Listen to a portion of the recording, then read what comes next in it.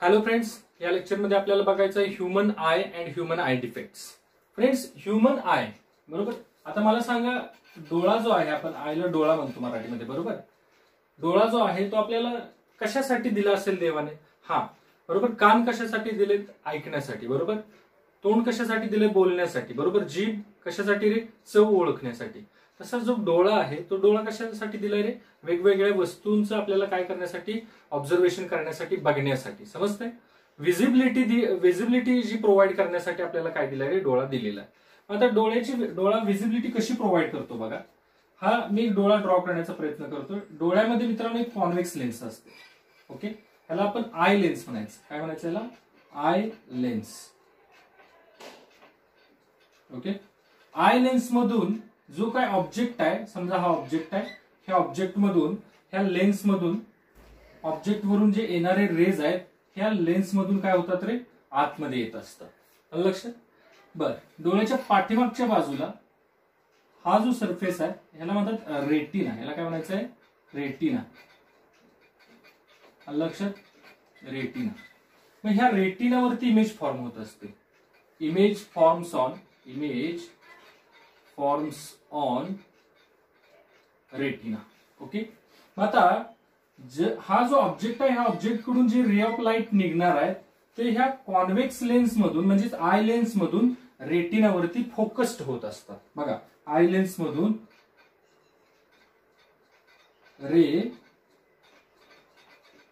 रेटिनावर focused होतात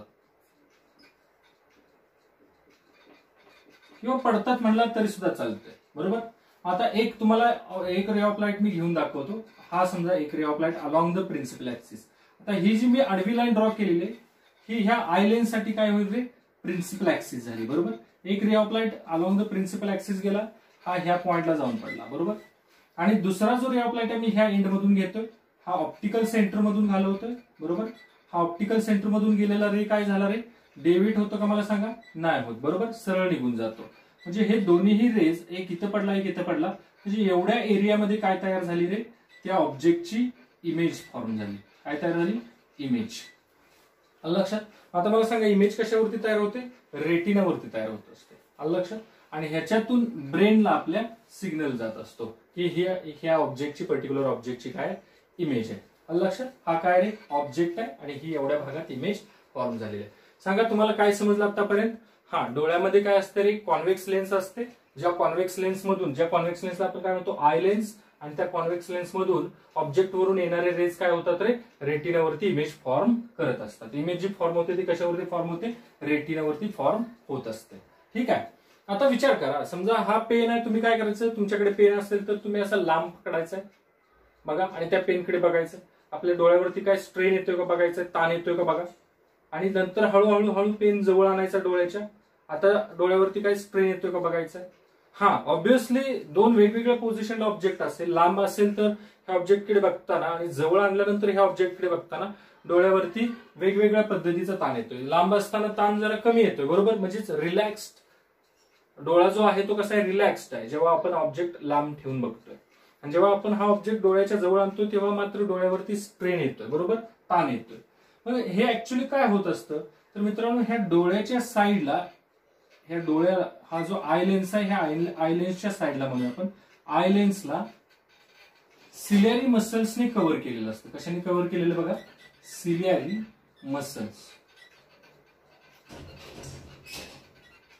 मसल्सने cover केलेलं असतं बरोबर. आणि जेव्हा ऑब्जेक्ट लांब असेल तेव्हा ह्या सिलिअरी मसल्स कशा असतात? रिलॅक्स्ड असतात. समजतंय? आणि ऑब्जेक्ट डोळ्याच्या एकदम जवळ आला तेव्हा मात्र सिलिअरी मसल्स काय होतात? सिलिअरी मसल्स वरती स्ट्रेन येतो. सिलिअरी मसल्स ह्या डोळ्याची आय लेन्स आहे, ह्या आय लेन्सला असं प्रेस करतात. म्हणजेच ही जी लेन्स आहे, ह्या लेन्सची हा जो थिकनेस आहे हा कमी जास्त होऊ शकतोय. मला आय लेन्सचा जो थिकनेस आहे हा काय होऊ शकतो? कमी जास्त होऊ शकतो. आणि हे कशाच्या सहाय्याने होतं? Ciliary muscles. सिलिअरी मसल्सचं काम आहे त्या डोळ्याच्या आय लेन्सला फ्लेक्झिबिलिटी प्रोव्हाइड करायचं. बघा, सिलिअरी मसल्स काय करतात?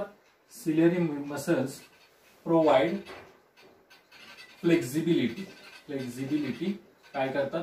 प्रोव्हाइड करतात. फ्लेक्झिबिलिटी प्रोव्हाइड करतात. लक्षात? सिलिअरी मसल्सचं काम काय सांगा? आय लेन्सला काय देणं, फ्लेक्झिबिलिटी देणं. आता फ्लेक्झिबिलिटी म्हणजे काय, जेव्हा तुम्ही लांबचा ऑब्जेक्ट बघताय, लांबच्या ऑब्जेक्टला डिस्टंट ऑब्जेक्ट म्हणायचं. कसला object, distant object, distant object म्हणतात.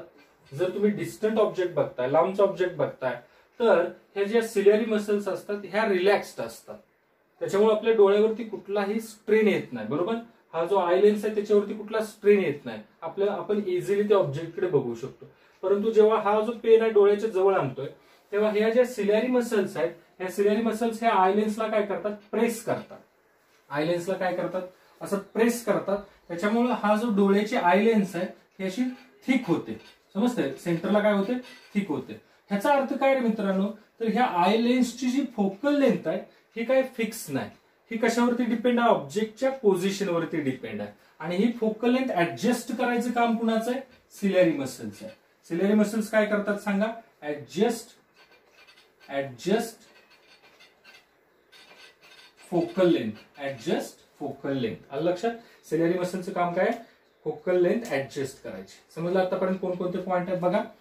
हा डोळा आहे, डोळ्याला ही आपण जी पुढे कॉन्व्हेक्स लेन्स आहे ती कसली आहे, आय लेन्स आपण म्हणतो, ही कॉन्व्हेक्स लेन्स असते नेहमी. का कॉन्व्हेक्स लेन्स असते, का तर ऑब्जेक्ट कडून जे येणारे रेज आहेत हे काय करायचे, कॉन्व्हर्ज करायचे. बरोबर, आणि कुठं कॉन्व्हर्ज करायचे, इमेज फॉर्म कुठे झाली पाहिजे, रेटिनावरती इमेज फॉर्म होते. बरोबर, ह्या एवढ्या एरियामध्ये ह्या ऑब्जेक्टची इमेज फॉर्म झालेली आहे. आणि ती इमेज जी आहे ती ब्रेन आपला काय करत असतो, सेन्स करत असतो. आलं लक्षात. अजून पुढे बघा, आय लेन्स मधून रे ऑफ लाईट फोकस्ड होतात. बरोबर, इमेज फॉर्म करण्यासाठी. रेटिना, सिलिअरी मसलचं काम काय, फ्लेक्झिबिलिटी प्रोव्हाइड करायचं आय लेन्सला.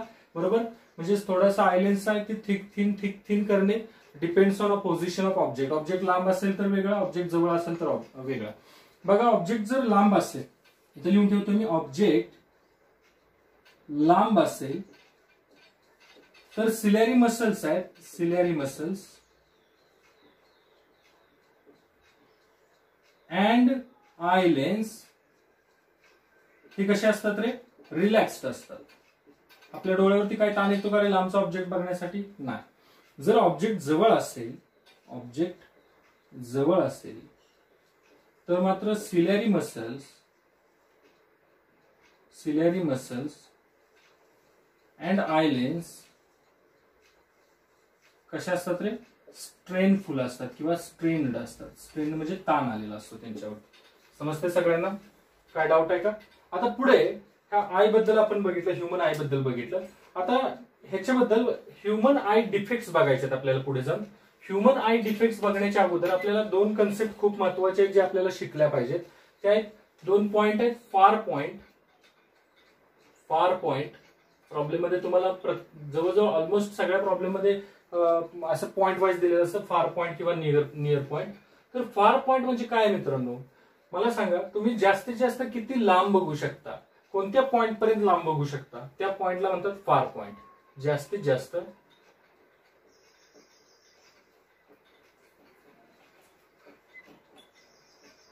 किती लांबचे पाहू शकतो,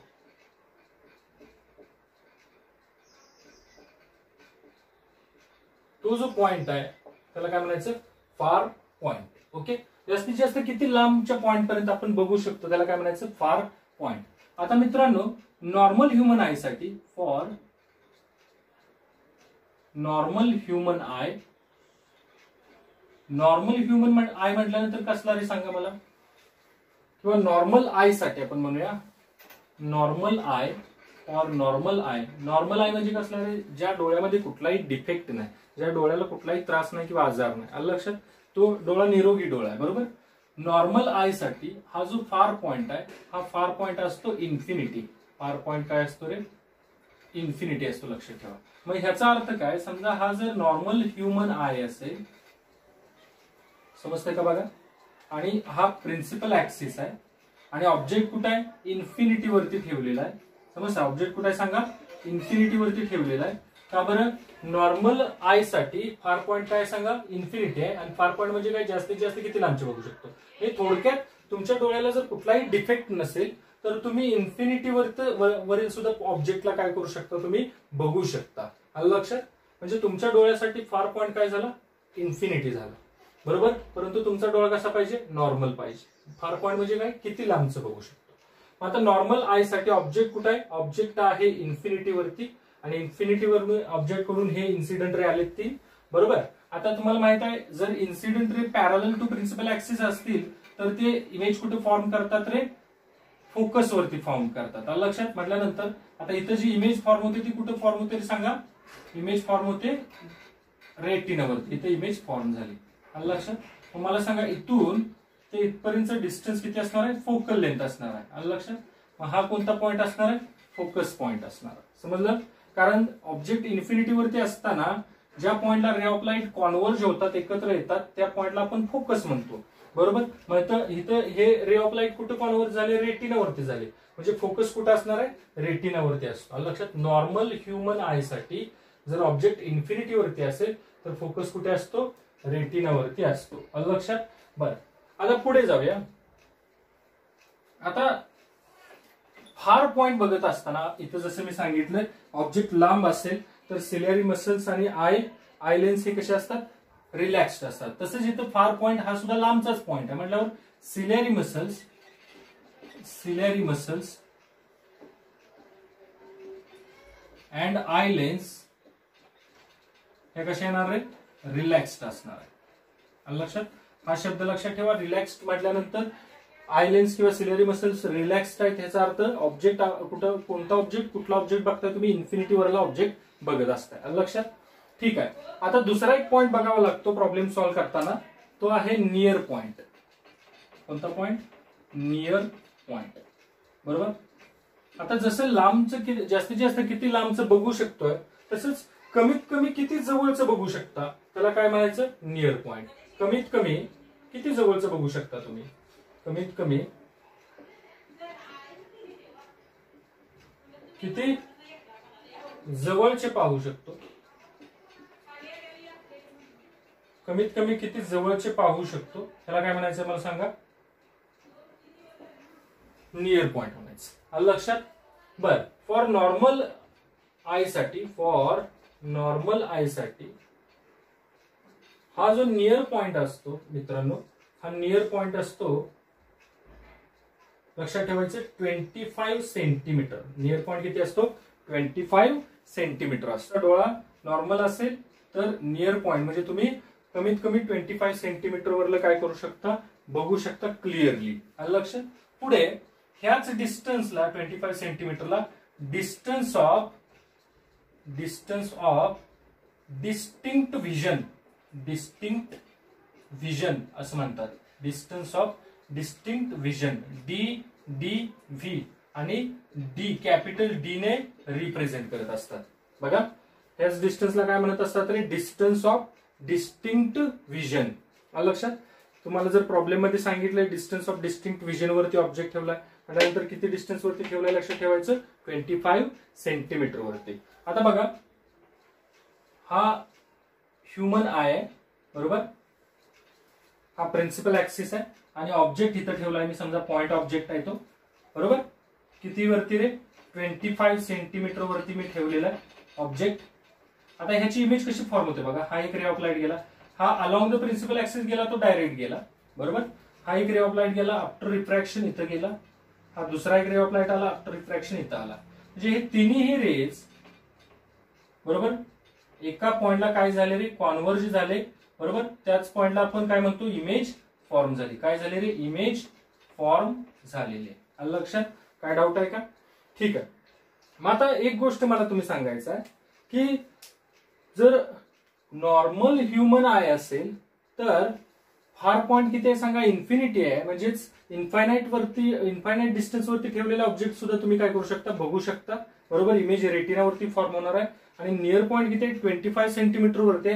25 सेंटीमीटर वरती जरी ऑब्जेक्ट ठेवला तरी सुद्धा इमेज कुठे फॉर्म होणार आहे? रेटिनावरतीच फॉर्म होत असते. समजतंय. आता पुढे बघा जसं लांबचं डिस्टन्स आहे म्हणजे फार पॉइंटला सिलिअरी मसल्स आणि आय लेन्स कसे असतात? रिलॅक्स्ड असतात. तसं इथं ciliary muscles and eye lens कसे असणार आहेत सांगा? स्ट्रेन्ड असणार आहेत. त्यांच्यावरती काय येतो रे? ताण आलेला असणार आहे. लक्षात. म्हणजे ह्या पोझिशनला सिलिअरी मसल्स आणि आय लेन्स स्ट्रेन्ड असणार. ह्या पोझिशनला ऑब्जेक्ट असला तर सिलिअरी मसल्स आणि आय लेन्स रिलॅक्स्ड असणार आहे. ठीक आहे. आता ह्युमन आय डिफेक्ट म्हणजे जेव्हा डोळ्यामध्ये विकार होतात, डोळ्यांना कुठला तरी समजा एखादा आजार झालाय, त्या केसमध्ये काय होतं, तर ही जी इमेज आहे मित्रांनो, ही कुठे इमेज फॉर्म झालेली सांगा, रेटिनावरती इमेज फॉर्म होते, बरोबर. इथं सुद्धा रेटिनावरती इमेज फॉर्म झालेले, का तर इथं काय झालेलं बघा, रे ऑफ लाईट कॉन्व्हर्ज कुठे झालेले आहेत, रेटिनावरती झालेले. इथं सुद्धा रे ऑफ लाईट कॉन्व्हर्ज कुठे झालेले आहेत, रेटिनावरती झालेले. जर समजा हे रे ऑफ लाईट ह्याच्या रेटिनाच्या अगोदर किंवा रेटिनाच्या नंतर कॉन्व्हर्ज झाले, तर मात्र हा ऑब्जेक्ट जो आहे, ह्या ऑब्जेक्टची इमेज किंवा ह्या ऑब्जेक्टची इमेज आपल्याला दिसणार नाही. म्हणजे एक गोष्ट आपल्याला माहित आहे, इमेज कुठं फॉर्म झाली पाहिजे, रेटिनावरतीच फॉर्म झाली पाहिजे, तेव्हाच आपण ऑब्जेक्टला काय करू शकतो, बघू शकतो. जर रेटिनाच्या अगोदर किंवा रेटिनाच्या पलीकडे इमेज फॉर्म झाली तर मात्र आपण त्या ऑब्जेक्टला व्हिजिबल करू शकत नाही, बघू शकत नाही. ठीक आहे. आता कोणकोणते डिफेक्ट्स आहेत बघायचं आपल्याला. डिफेक्ट्स म्हणजे काय लक्षात आलं तुम्हाला, डिफेक्ट्स होतात म्हणजे काय होतं, जे रे ऑफ लाईट कॉन्व्हर्ज होणार आहेत ते एकतर कुठं ह्या अगोदर ह्या रेटिनाच्या अगोदर किंवा रेटिनाच्या पलीकडे रे ऑफ लाईट काय होणार आहेत, रे कॉन्व्हर्ज होणार आहेत. लक्षात. परंतु आपल्याला इमेज केव्हा दिसते, जेव्हा ती इमेज रेटिनावरतीच फॉर्म होईल तेव्हाच आपल्याला इमेज सेन्स होत असते. ओके.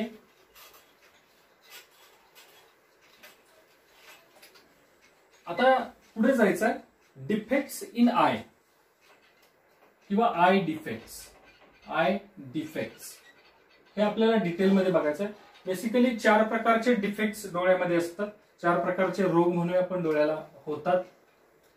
परंतु मोस्ट फेमस आहेत, खूप जास्त फेमस असलेले 2 आहेत, हे अगोदर आपण बघायचे, नंतर राहिलेले 2 बघूया. एक आहे मायोपिया. बघा, आय डिफेक्ट्स मधला पहिला आहे मायोपिया. मायोपिया. आणि सेकंड आहे हायपरमेट्रोपिया. हायपरमेट्रोपिया. ठीक आहे. मग हा जो मायोपिया आहे ह्याला दुसरं एक नाव आहे शॉर्ट साइटेडनेस. Short sightedness. आणि हायपरमेट्रोपिया आहे ह्याला म्हणतात फार साइटेडनेस. फार साइटेडनेस. लक्षात. मग मायोपिया म्हणजेच शॉर्ट साइटेडनेस म्हणजे काय आहे बघा, तिला मायोपिया हा झालाय म्हटल्यानंतर काय आहे, एक्झॅक्ट काय झालेलं असतं बघूया. तर त्या व्यक्तीला जवळचं परफेक्ट दिसत असतं, जवळचं क्लिअर दिसत. लक्षात. शॉर्ट साइटेडनेस म्हणजे जवळचं क्लिअर दिसत असतं, पण लांबचं जे आहे, लांबचे क्लिअर दिसत नाही.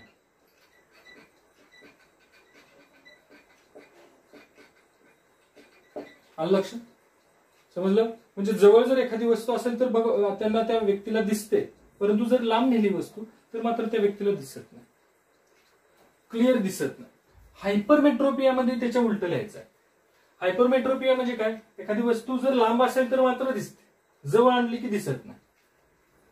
म्हणजेच लांबचं क्लिअर दिसतंय, लांबचे क्लिअर दिसतंय, बरोबर. पण जवळच मात्र क्लिअर दिसत नाही.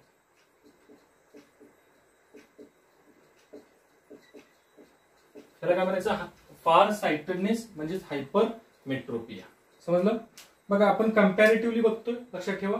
मायोपिया म्हणजे जवळचं दिसणं, हायपरमेट्रोपिया म्हणजे लांबचं क्लिअर दिसणं. समजलं. मग आता ह्याच्यामध्ये एक्झॅक्ट काय होतं बघा. समजा मी हा एक आय ड्रॉ केलाय, बरोबर. ही आय लेन्स आहे आणि सुरुवातीला माझा नॉर्मल ह्युमन आहे, बरोबर. मला कुठलाही मायोपिया वगैरे झालेला नाही, तेव्हा मला ऑब्जेक्ट इथं ठेवावा लागतोय तरच मी काय करू शकतो, बघू शकतो. ह्याच्यापेक्षा जास्त लांब नेला, ह्याच्यापेक्षा दूर नेला की मी ऑब्जेक्ट बघू शकत नाही. म्हटल्यानंतर हा काय होणार आहे, माझा फार पॉइंट होणार. काय होणार सांगा, फार पॉइंट. जास्तीत जास्त मी एवढ्या लांबचं बघू शकतो, ह्याच्या आतलं हा बघू शकतो, परंतु जास्तीत जास्त ह्याच्यापेक्षा जास्त लांबचं मी ऑब्जेक्ट बघू शकत नाही, बरोबर. म्हणजे माझा हा काय सांगा, फार पॉइंट आहे. पण समजा आता मला मायोपिया झाला, लक्षात. मायोपिया झाला म्हणजे आता काय होतं, मला जवळचं क्लिअर दिसणार पण लांबचं मात्र आता क्लिअर दिसणं झालंय. म्हणजे अगोदर पेन इथं होता, मला दिसत होता, पण आता मायोपिया झाल्यानंतर इथलाच पेन मला आता दिसणार नाही, स्पष्ट दिसणार नाही. मग आता काय करावं लागतं, मला वस्तू जवळ घ्यावी लागते. म्हणजे पेन इथं न ठेवता कुठं घ्यावं लागेल, मला इथं आणून ठेवला, हा आता दिसायला लागलं मला. आलं लक्षात? मग ह्या एवढ्या पॉईंटच्या पुढचं मला दिसणार आहे का? नाही. म्हणजे मायोपिया व्हायच्या अगोदर फार पॉईंट इथं होता, मायोपिया झाल्यानंतर तीच वस्तू इथं ठेवावी लागते तेव्हा दिसते.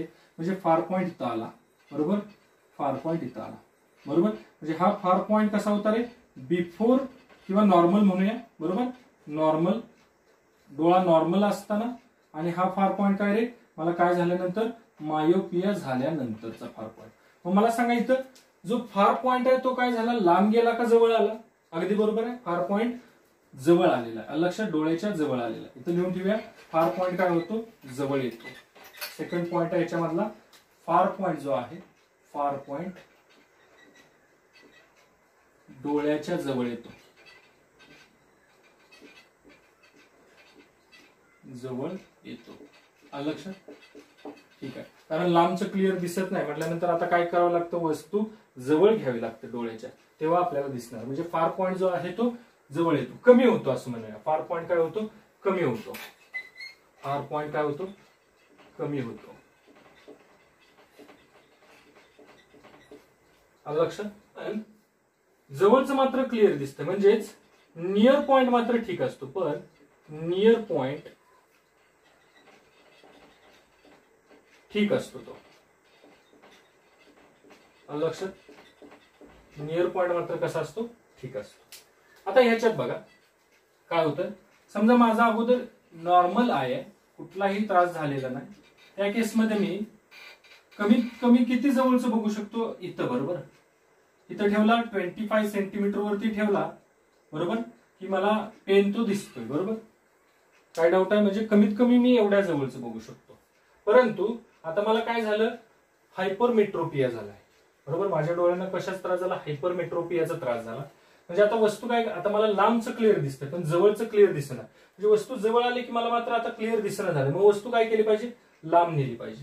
म्हणजे अगोदर माझा हा नियर पॉइंट होता, बरोबर, हा नियर पॉइंट होता अगोदरचा. कधी, माझा नॉर्मल आय असताना, बरोबर, नॉर्मल डोळा असताना.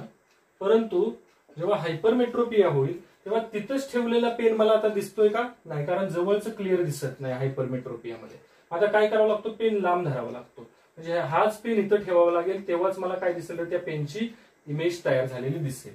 लक्षात? म्हणजे अगोदर हा इथं ठेवला तेव्हा दिसत होता जेव्हा नॉर्मल डोळा होता, परंतु हायपरमेट्रोपिया झाल्यानंतर हाच पेन इथं ठेवावा लागला, मग मला जाऊन दिसला. म्हणजे याचा नियर पॉइंट आहे तो काय झाला रे, लांब गेला. लक्षात? नियर पॉइंट काय झाला, लांब गेला, म्हणजे वाढला.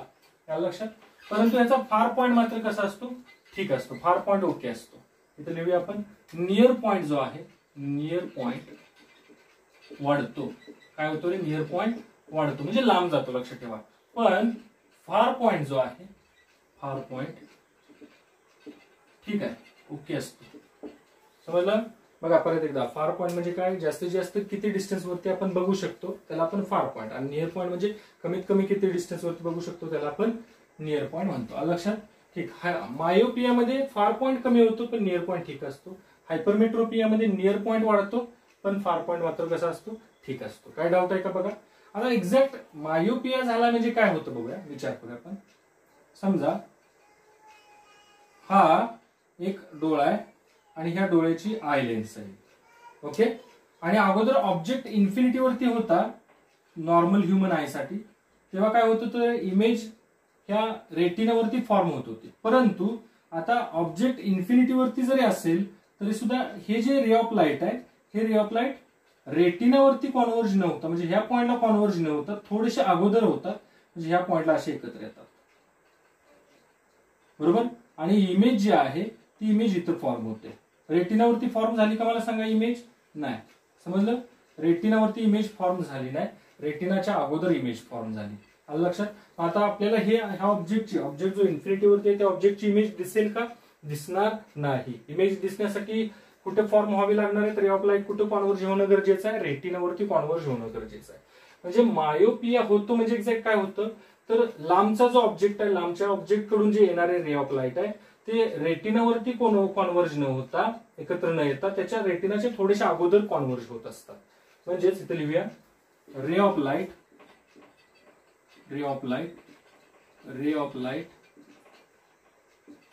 रेटिनाच्या थोडस अगोदर कॉन्व्हर्ज होतात.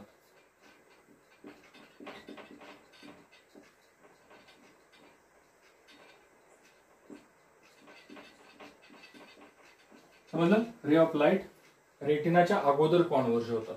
त्याच्यामुळे आपल्याला इमेज जी आहे ती इमेज फॉर्म झालेली दिसत नाही. आलं लक्षात? इमेज जी आहे ती इमेज आपल्याला विजिबल होत नाही. म्हणून आपण काय म्हणतो, जवळचं क्लिअर दिसतंय पण लांबचं क्लिअर दिसत नाही. कारण लांबून जे येणारे रे ऑफ लाईट आहे ते रेटिनापर्यंत पोहोचलेच नाहीत, रेटिनावरती कॉन्व्हर्ज झाले नाहीत, रेटिनाच्या अगोदर कॉन्व्हर्ज झाले. समजलं? आणि हे कशामुळे होतं, तर ही जी आय लेन्स आहे ही आय लेन्स थोडीशी थिक झालेली असते. आय लेन्स जी आहे ती थोडीशी थिक झालेली असते. त्याच्यामुळे हे जे रे ऑफ लाईट आहे हे अगोदरच कॉन्व्हर्ज होतात, रेटिनावरती कॉन्व्हर्ज न होता अगोदरच कॉन्व्हर्ज होतात. ठीक आहे? आता इथं विचार करूया. समजा हा मी डोळा ड्रॉ करतोय. ठीक आहे? ही आय लेन्स आहे आणि ऑब्जेक्ट जो आहे तो ऑब्जेक्ट 25 सेंटीमीटर वरती ठेवलाय. समजतंय? आणि ह्या ऑब्जेक्ट कडून हा एक रे ऑफ लाईट गेला आणि हा एक रे ऑफ लाईट गेला. बरोबर? आता हे दोन्ही रे ऑफ लाईट कुठं कॉन्व्हर्ज होणं एक्सपेक्ट आहे? हा रेटिना आहे, रेटिनावरती कॉन्व्हर्ज होणं म्हणजे ह्या पॉइंटला एकत्र येणं गरजेचं आहे. पण काय होतं बघा, हा रे ऑफ लाईट असा निघून जातो आणि हा रे ऑफ लाईट असा निघून जातो. म्हणजे हे दोन्ही रे ऑफ लाईट रेटिनावरती कॉन्व्हर्ज न होता रेटिनाच्या पुढच्या बाजूला म्हणजे रेटिनाच्या पलीकडे कॉन्व्हर्ज होतात. आलं लक्षात? त्याच्यामुळे आपल्याला इमेज दिसते का? नाही. म्हणजे इथं जवळचा ऑब्जेक्ट आहे त्याची इमेज नाही दिसली आणि ह्या केसमध्ये लांबचा ऑब्जेक्ट आहे त्याची इमेज नाही दिसली. आलं लक्षात? म्हणून इथं लिहितो आपण लांबचं क्लिअर दिसत नाही आणि ह्या केसमध्ये लिहितो जवळचं क्लिअर दिसत नाही. आलं लक्षात? एक्झॅक्ट काय झालेलं असतं, तर ऑब्जेक्ट कडून जे येणारे रेज आहेत ते काय झालेले असतात, रेटिनाच्या पुढे कॉन्व्हर्ज झालेले असतात. रे ऑफ लाईट रेज रेटिना नंतर कॉन्व्हर्ज होतात. लक्षात? काय डाऊट आहे? ठीक आहे. काय डिफेक्ट समजतायत? म्हणजे हा जो डोळा आहे हा कसा आहे सांगा, डिफेक्टेड आय आहे. कसला आहे? Defected I. कोण काय झालंय ह्या डोळ्याला? मायोपिया झालाय. पण याला म्हणतात मायोपिक पर्सन. बरोबर? हा ज्या माणसाचा डोळा आहे त्याला काय म्हणतात? मायोपिक पर्सन, मायोपिया झालेला पर्सन. हा कसला आहे? हा सुद्धा डिफेक्टेड आहे. ह्याला काय झालंय सांगा? ह्याला झालाय हायपरमेट्रोपिया. आणि ज्या माणसाला हायपरमेट्रोपिया होतो त्याला म्हणायचं हायपरमेट्रोपिक पर्सन. कसला पर्सन? हायपरमेट्रोपिक पर्सन. मायोपियामध्ये काय होतं रे? लांबचं क्लिअर दिसत नाही पण जवळचं मात्र दिसतंय. हायपरमेट्रोपियामध्ये जवळचं क्लिअर दिसत नाही पण लांबचं मात्र दिसतंय. ओके. मायोपियामध्ये काय होतात, तर रे ऑफ लाईट म्हणजे लांबच्या ऑब्जेक्ट कडून येणारे रे ऑफ लाईट काय होतात, रेटिनावरती फॉर्म न होता रेटिनाच्या अगोदर कॉन्व्हर्ज होतात. आणि हायपरमेट्रोपियामध्ये जवळच्या ऑब्जेक्ट कडून येणारे रे ऑफ लाईट रेटिना नंतर कॉन्व्हर्ज होत असतात. बरोबर? आता राहिला ह्याला हा जो डिफेक्ट आहे हा डिफेक्ट कसा रिमूव्ह करतात? आलं लक्षात? ते बघूया आपण. कसा रिमूव्ह करूया? तुम्ही जरा डोकं चालवा बघू. काय कोणती मेथड आहे तुमच्याकडे? काय एक्सपेक्ट आहे, तर हे जे रे ऑफ लाईट आहे हे अगोदरच बेंड झाले तिथं. बरोबर? अगोदरच कॉन्व्हर्ज झाले. हे थोडेसे पुढे जाऊन कॉन्व्हर्ज होणं गरजेचं होतं. आलं लक्षात? हे अगोदरच कॉन्व्हर्ज झाले, हे थोडेसे पुढे जाऊन ह्या पॉइंटला गरजेचं होतं एकत्र येणं. आणि इथं काय झालंय, हे जे रे ऑफ लाईट आहे हे नंतर कॉन्व्हर्ज झाले, हे अगोदर कॉन्व्हर्ज व्हायला पाहिजे. समजतंय? म्हणजे इथं काय झालंय, कॉन्व्हर्जिंगचं जे काम आहे ह्या लेन्सनं जास्त रे ऑफ लाईट केलेले आहे. आता ह्या केसमध्ये कोणती लेन्स वापरतात, तर ह्या केसमध्ये कॉन्केव्ह लेन्स वापरतात for removing myopia. concave lens is used. Concave lens is used. बरोबर? आता हा जो मायोपिया आहे तो कसा रिमूव्ह करायचा? बरोबर? कसा डोळा जो आहे तो करेक्ट करायचा? हा डिफेक्टेड आहे. आपल्याला हा जो डोळा आहे त्याला काय करायचं आहे? करेक्ट करायचा आहे. म्हणून आपण काय वापरतो? चष्मा वापरतो. बरोबर? मग चष्म्यामध्ये दोन्ही प्रकारचे लेन्स असतात आपल्याला माहित आहे. एक कॉन्केव्ह पण असू शकते किंवा कॉन्व्हेक्स सुद्धा असू शकते. पण हा जो मायोपिया काढून टाकण्यासाठी फॉर रिमूव्हिंग मायोपिया कोणती लेन्स वापरतात? कॉन्केव्ह लेन्स वापरतात. आता कशी कॉन्केव्ह लेन्स वापरतात बघा, त्याच्यासाठी हा एक मी डोळा ड्रॉ केला. त्याला आता आपल्याला काय करायचं, त्याचा मायोपिया आहे तो आपल्याला काढून टाकायचा. ही आय लेन्स आहे बरोबर, हा प्रिन्सिपल ऍक्सिस आहे. ह्या आय लेन्सच्या अगोदर एक कॉन्केव्ह लेन्स टाकतात अशी. आता कोणती कॉन्केव्ह लेन्स टाकायची, त्या कॉन्केव्ह लेन्सची फोकल लेंथ किती असली पाहिजे हे आपण पुढे बघणार आहे. फक्त काय करतात, मायोपिया काढून टाकण्यासाठी कोणती लेन्स वापरतात, कॉन्केव्ह लेन्स वापरतात. लक्षात ठेवा. म्हणजे डोळ्याच्या पुढे हा चष्मा ठेवला आणि चष्म्यामध्ये काय कॉन्केव्ह लेन्स आहे. आता काय होतं बघा, हा रे ऑफ लाईट आला, हा पण रे ऑफ लाईट आला. मला सांगा कॉन्केव्ह लेन्स आहे कशाच काम करते, डायव्हर्जिंगचं काम करते. म्हणजे हा रे ऑफ लाईट असा गेला, हा रे ऑफ लाईट असा गेला बरोबर, थोडेसे काय झाले रे, डायव्हर्ज झाले आणि ह्याच्यावरती जाऊन पडले, हा रे ऑफ लाईट याच्यावरती जाऊन पडला. समजलं. आता जेव्हा ह्या लेन्सवरती म्हणजे आय लेन्सवरती हे कॉन्केव्ह लेन्स मधून बाहेर पडणारे रे आय लेन्सवरती पडतील, तेव्हा हे जे दोन्ही हे रे आहेत हे कुठे जाऊन पडतात रे मला सांगा, ह्या पॉइंटला म्हणजे रेटिनावरती एकत्र येतात. कशावरती एकत्र येतात, रेटिनावरती एकत्र येत असतात. समजलं. इथं काय झालेलं सांगा, इथं अगोदरच एकत्र येत होते, अगोदर रेटिनाच्या अगोदरच एकत्र येत होते. म्हणून मी काय केलं, डोळ्याच्या पुढे कोणती लेन्स ठेवली, कॉन्केव्ह लेन्स ठेवली. त्या कॉन्केव्ह लेन्सनं ते रे ऑफ लाईटनं अगोदर डायव्हर्ज केलं, डायव्हर्ज करून ह्या डोळ्यांच्या वरती आय लेन्स वरती टाकलं आणि मग आय लेन्सनं आता काय केलं, त्यांना ह्या पॉइंटला कॉन्व्हर्ज केलेलं आहे. आलं लक्षात. म्हणजे काय केलं, अगोदर डायव्हर्ज केलं आणि नंतर आय लेन्सने त्यांना कॉन्व्हर्ज केलं. म्हणजे कॉन्केव्ह लेन्सनं डायव्हर्ज केलं, आय लेन्सनं कॉन्व्हर्ज केलं. काय डाऊट आहे. इमेज जी आहे ती इमेज आता रेटिनावरती फॉर्म झाली, रेटिनावरती इमेज फॉर्म झाली की आपल्याला काय होणार आहे, ती दिसणार आहे. समजलं. थोडक्यात काय रे, मायोपिया काढून टाकण्यासाठी चष्मा जो वापरतात त्या चष्म्यामध्ये कोणती लेन्स वापरतात, कॉन्केव्ह लेन्स वापरतात. आता इकडे बघा, इकडे काय झालंय रे, खूप उशिराने कॉन्व्हर्ज होत आहेत बरोबर. इथं काय झालंय, खूप उशिराने कॉन्व्हर्ज होत आहे, ते अगोदरच कॉन्व्हर्ज व्हायला पाहिजे बरोबर. म्हणजे थोडंसं कॉन्व्हर्जिंगचं प्रमाण काय करायला पाहिजे, आपल्याला वाढवायला पाहिजे. मग कोणती लेन्स वापरणार, कॉन्व्हर्जिंगचं प्रमाण वाढवण्यासाठी कॉन्व्हेक्स लेन्स. अगदी बरोबर. म्हणजे for removing हायपरमेट्रोपिया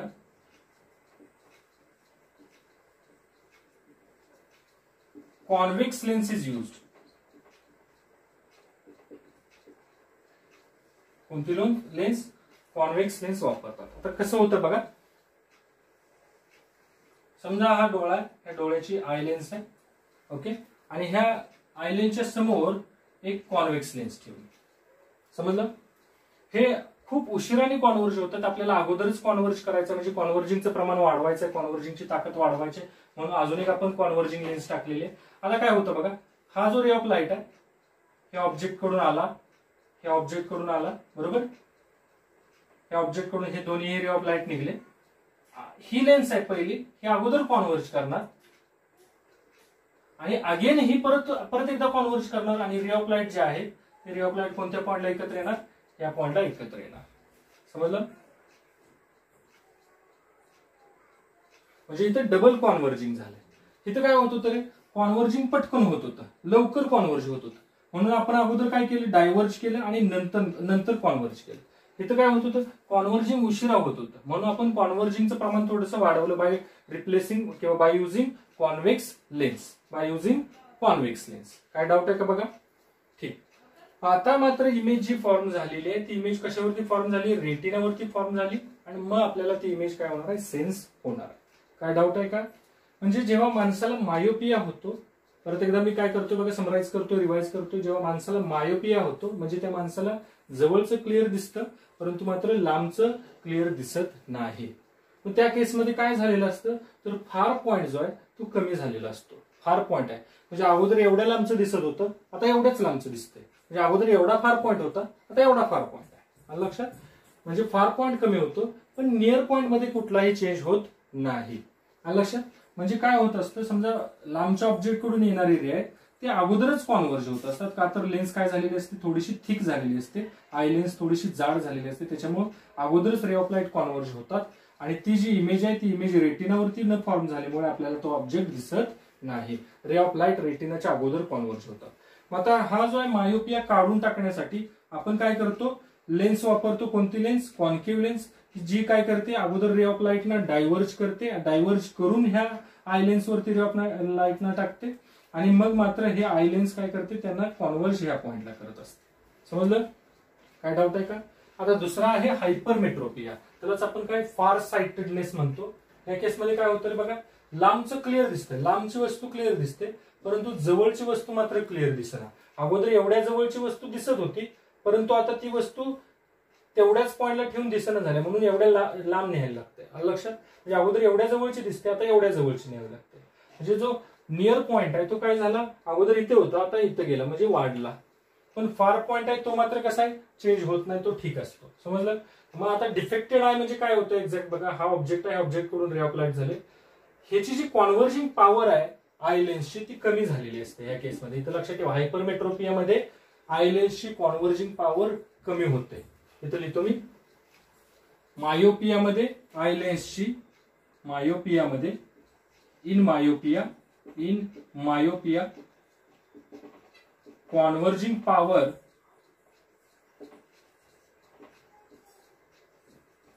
of eye lens is increase. Okay. आणि इथं इन हायपरमेट्रोपिया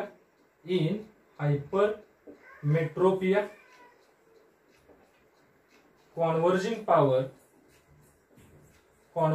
पॉवर कुणाची, आय लेन्सची डिक्रीज होते. समजते? कॉन्व्हर्जिंग पॉवर काय झालेली असते, कमी झालेली असते. म्हणजे रे ऑफ लाईट जिथं कॉन्व्हर्ज व्हायला पाहिजे होते त्याच्यानंतर कॉन्व्हर्ज होतात. आलं लक्षात? म्हणून आपण काय करतो, इथं कॉन्व्हेक्स लेन्स वापरतो, का तर कॉन्व्हर्जिंग पॉवर वाढवायची आहे. आणि इथं काय झालेलं आहे, कॉन्व्हर्जिंग पॉवर आय लेन्सची वाढलेली आहे, ती कमी करायची म्हणून आपण कोणती लेन्स वापरतो, कॉन्केव्ह लेन्स. ठीक आहे, समजलंय? आता राहिला प्रश्न प्रॉब्लेमचा. प्रॉब्लेम जे येऊ शकतात ते कशावरती येऊ शकतात, हा जो पॉइंट आहे, हा पॉइंट प्रॉब्लेमसाठी खूप इम्पॉर्टंट आहे. बघा, तुम्ही जी लेन्स वापरताय ती लेन्स कोणती वापरताय आणि त्या लेन्सची फोकल लेंथ किती आहे. बरोबर? कोणती लेन्स तुम्ही कॉन्केव्ह वापरली किंवा कॉन्व्हेक्स वापरली, ती किती फोकल लेंथची किंवा किती पॉवरची लेन्स वापरावी लागेल की जेणेकरून मायोपिया रिमूव्ह होईल किंवा हायपरमेट्रोपिया रिमूव्ह होईल. म्हणजे ह्या लेन्सची फोकल लेंथ किंवा पॉवर विचारतात. आलं लक्षात? ठीक.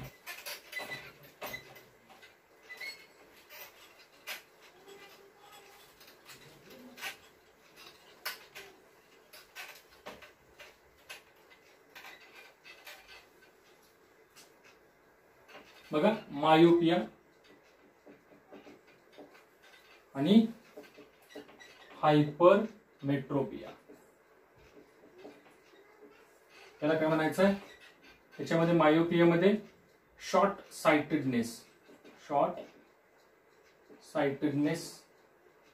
त्याला म्हणणार फार साइटेडनेस. ओके, फार साइटेडनेस. ठीक आहे. ह्याच्यामध्ये काय रे सांगा मला, कोणती लेन्स वापरायचे, कॉन्केव्ह लेन्स इज युज्ड. कोणती lens, concave lens is used. ह्याच्यामध्ये कोणती, कॉन्व्हेक्स लेन्स इज युज्ड. ठीक आहे. आता राहिला प्रश्न, जी कॉन्केव्ह लेन्स वापरायची आपल्याला मायोपिया काढण्यासाठी आणि कॉन्व्हेक्स लेन्स वापरायचे हायपरमेट्रोपिया काढण्यासाठी, त्या लेन्सची पॉवर आणि फोकल लेंथ कशी फाइंड आउट करायची. मग आता पॉवर ऑफ लेन्स कशी फाइंड आउट करायची. समजा एखाद्या व्यक्तीला काय झालं रे फ्रेंड्स, मायोपिया झालेला आहे, असं आपण लेट करून चालतो. मायोपिया केसमध्ये मला सांगा काय होतं रे, जवळचं दिसतं पण लांबचं दिसत नाही. म्हणजे किती जास्तीत जास्त लांबचं ती आता बघू शकते मायोपिया झाल्यानंतर सुद्धा. तो पॉइंट घेऊया अगोदर. For myopic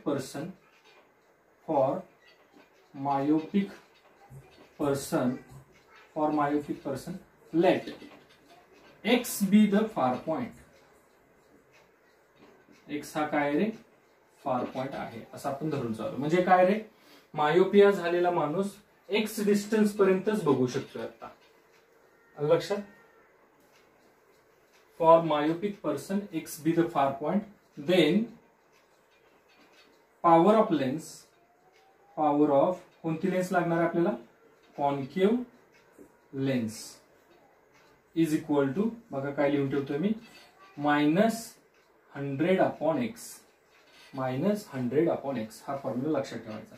power of concave lens -100 upon x. For example एखाद्या माणसाचा फार पॉईंट काय आहे सांगा, 50 सेंटीमीटर आहे, तर किती पॉवरचा त्याला चष्मा लागणार किंवा किती पॉवरची कॉन्केव्ह लेन्स लागेल, तर -100/50. ओके. आणि हे जे पॉवर निघणार आहे ती कशामध्ये निघणार आहे सांगा, डायोप्टर मध्ये निघणार आहे. ओके.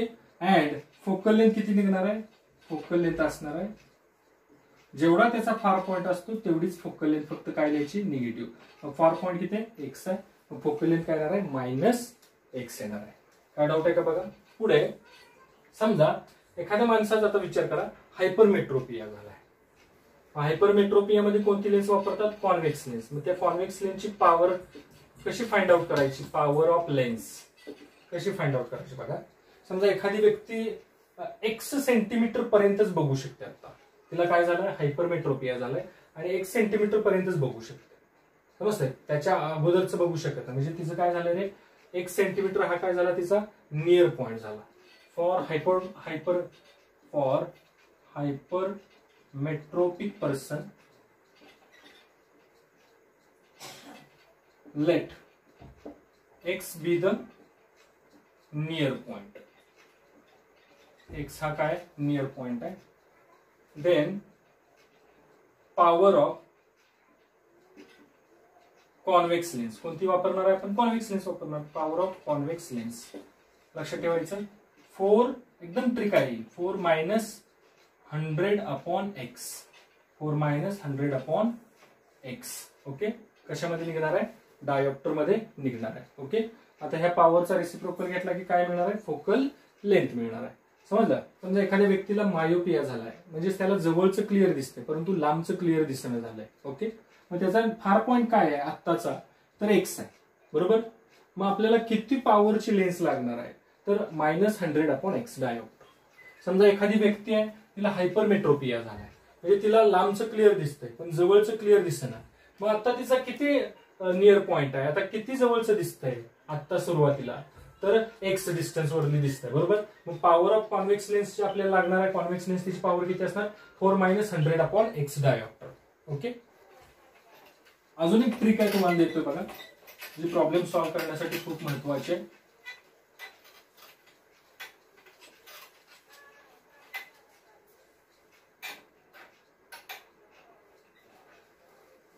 दोन्ही केसमध्ये आपल्याला होती ती मायोपिया और हायपरमेट्रोपिया. ओके. ठीक. मायोपिया आणि हायपरमेट्रोपिया. समजा एखादा मायोपिया झालेला पर्सन आहे, त्याला आपण काय म्हणतो, मायोपिक पर्सन. मायोपिक पर्सन, बरोबर, विदाउट लेन्स कुठपर्यंत बघू शकतोय. Suppose myopic person can see up to x पर्यंत तो काय करू शकतो, बघू शकतोय विदाउट लेन्स. लक्षात. जरी त्याला मायोपिया झालेला असेल तरी सुद्धा तो बघू शकतोय, परंतु विदाउट लेन्स बघू शकतोय. कसा रे, कुठपर्यंत, x पर्यंत बघू शकतोय. परंतु बट त्याला बघायचं आहे कुठपर्यंत, y पर्यंत. But he wants to see up to y with lens, बरोबर. म्हणजे y विथ लेन्स आहे आणि x विदाउट लेन्स आहे. लक्षात ठेवा. हे म्हणजे मायोपिया झालेला पर्सन जो आहे तो बिना चष्म्याचा x पर्यंत बघू शकतोय, परंतु चष्मा लावून त्याला y पर्यंत बघायचा आहे. आता x हा काय झाला रे, त्याचा फार पॉइंट झाला. x हा काय झाला, फार पॉइंट विदाउट लेन्स. फार पॉइंट विदाउट लेन्स. आणि y हा काय झाला रे, फार पॉइंट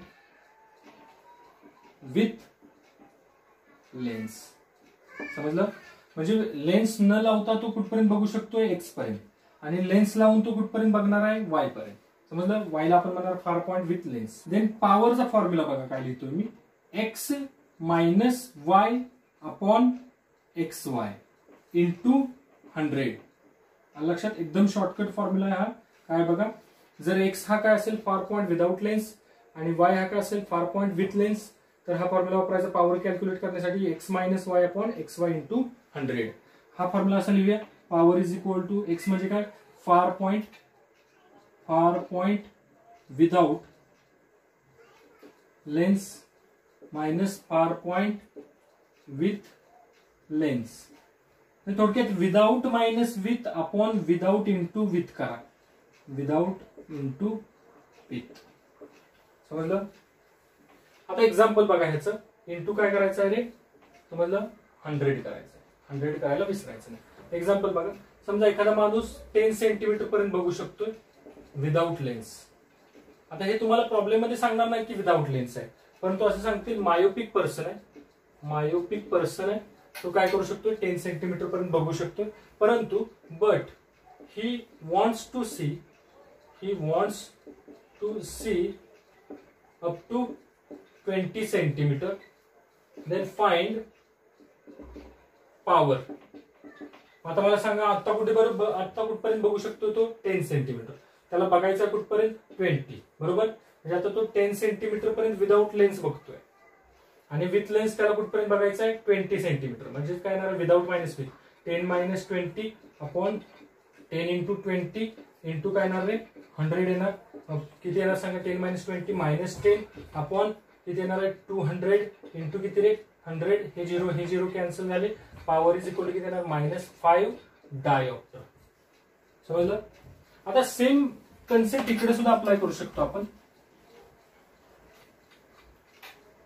समजा एखाद्या पर्सनला हायपरमेट्रोपिया झालाय. हायपरमेट्रोपिक पर्सन